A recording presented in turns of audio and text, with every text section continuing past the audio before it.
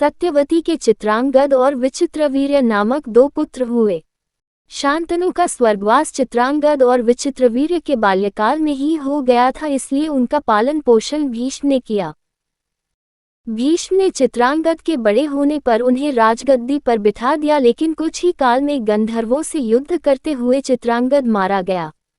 इस पर भीष्म ने उनके अनुज विचित्रवीर्य को राज्य सौंप दिया। अब भीष्म को विचित्रवीर्य के विवाह की चिंता हुई। उन्हीं दिनों काशीराज की 3 कन्याओं अंबा, अंबिका और अंबालिका का स्वयंवर होने वाला था।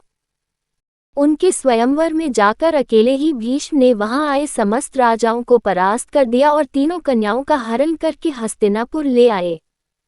बड़ी कन्या अंबा ने भीष्म को बताया कि वह अपना तन मन राजशाल्व को अर्पित कर चुकी है। उसकी बात सुनकर भीष्म ने उसे राजा शाल्व के पास भिजवा दिया और अंबिका और अंबालिका का विवाह विचित्रवीर्य के साथ करवा दिया। राजा शाल्व ने अंबा को ग्रहण नहीं किया, अतः वह हस्तिनापुर लौटकर आ गई और भीष्म से बोली, हे आर्य, आप मुझे हर कर लाए हैं, अतएव आप मुझसे विवाह करें। किंतु भीष्म ने अपनी प्रतिज्ञा के कारण उसके अनुरोध को स्वीकार नहीं किया। अंबा रुष्ट होकर परशुराम के पास गई और उनसे अपनी व्यथा सुनाकर सहायता मांगी। परशुराम ने अंबा से कहा, हे देवी, आप चिंता न करें, मैं आपका विवाह भीष्म के साथ करवाऊंगा। परशुराम ने भीष्म को बुलावा भेजा, किंतु भीष्म उनके पास नहीं गए। इस पर क्रोधित होकर परशुराम भीष्म के पास पहुंचे और दोनों वीरों में भयानक युद्ध छिड़ गया। दोनों ही अभूतपूर्व योद्धा थे, इसलिए हार जीत का फैसला नहीं हो सका। आखिर देवताओं ने हस्तक्षेप करके इस युद्ध को बंद करवा दिया। अंबा निराश होकर वन में तपस्या करने चली गई। विचित्रवीर्य अपनी दोनों रानियों के साथ भोग विलास में रत हो गए, किंतु दोनों ही रानियों से उनकी कोई संतान नहीं हुई और वे क्षय रोग से पीड़ित होकर मृत्यु को प्राप्त हो गए। अब कुल नाश होने के भय से माता सत्यवती ने एक दिन भीष्म से कहा, पुत्र, इस वंश को नष्ट होने से बचाने के लिए मेरी आज्ञा है कि तुम इन दोनों रानियों से पुत्र उत्पन्न करो। माता की बात सुनकर भीष्म ने कहा, माता, मैं अपनी प्रतिज्ञा किसी भी स्थिति में भंग नहीं कर सकता। ये सुनकर माता सत्यवती को अत्यंत दुख हुआ। अचानक उन्हें अपने पुत्र वेदव्यास का स्मरण हो आया। स्मरण करते ही वेदव्यास वहां उपस्थित हो गए।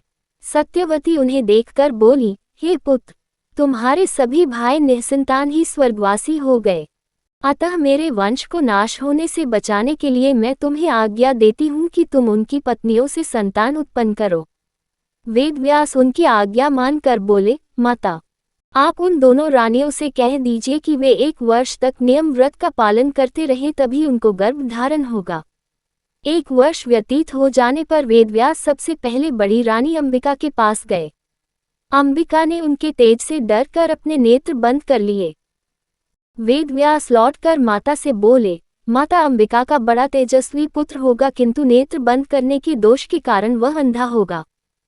सत्यवती को ये सुनकर अत्यंत दुख हुआ और उन्होंने वेदव्यास को छोटी रानी अंबालिका के पास भेजा। अंबालिका वेदव्यास को देखकर भय से पीली पड़ गई।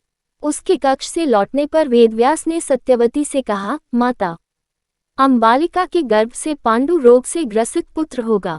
इससे माता सत्यवती को और भी दुख हुआ और उन्होंने बड़ी रानी अंबालिका को पुनः वेदव्यास के पास जाने का आदेश दिया। इस बार बड़ी रानी ने स्वयं न जाकर अपनी दासी को वेदव्यास के पास भेज दिया। दासी ने आनंद पूर्वक वेदव्यास से भोग कराया। इस बार वेदव्यास ने माता सत्यवती के पास आकर कहा, माते, इस दासी के गर्भ से वेद वेदांत में पारंगत अत्यंत नीतिवान पुत्र उत्पन्न होगा। इतना कहकर वेदव्यास तपस्या करने चले गए। समय आने पर अंबा के गर्भ से जन्मांध धृतराष्ट्र, अंबालिका के गर्भ से पांडु रोग से ग्रसित पांडु तथा दासी के गर्भ से धर्मात्मा विदुर का जन्म हुआ।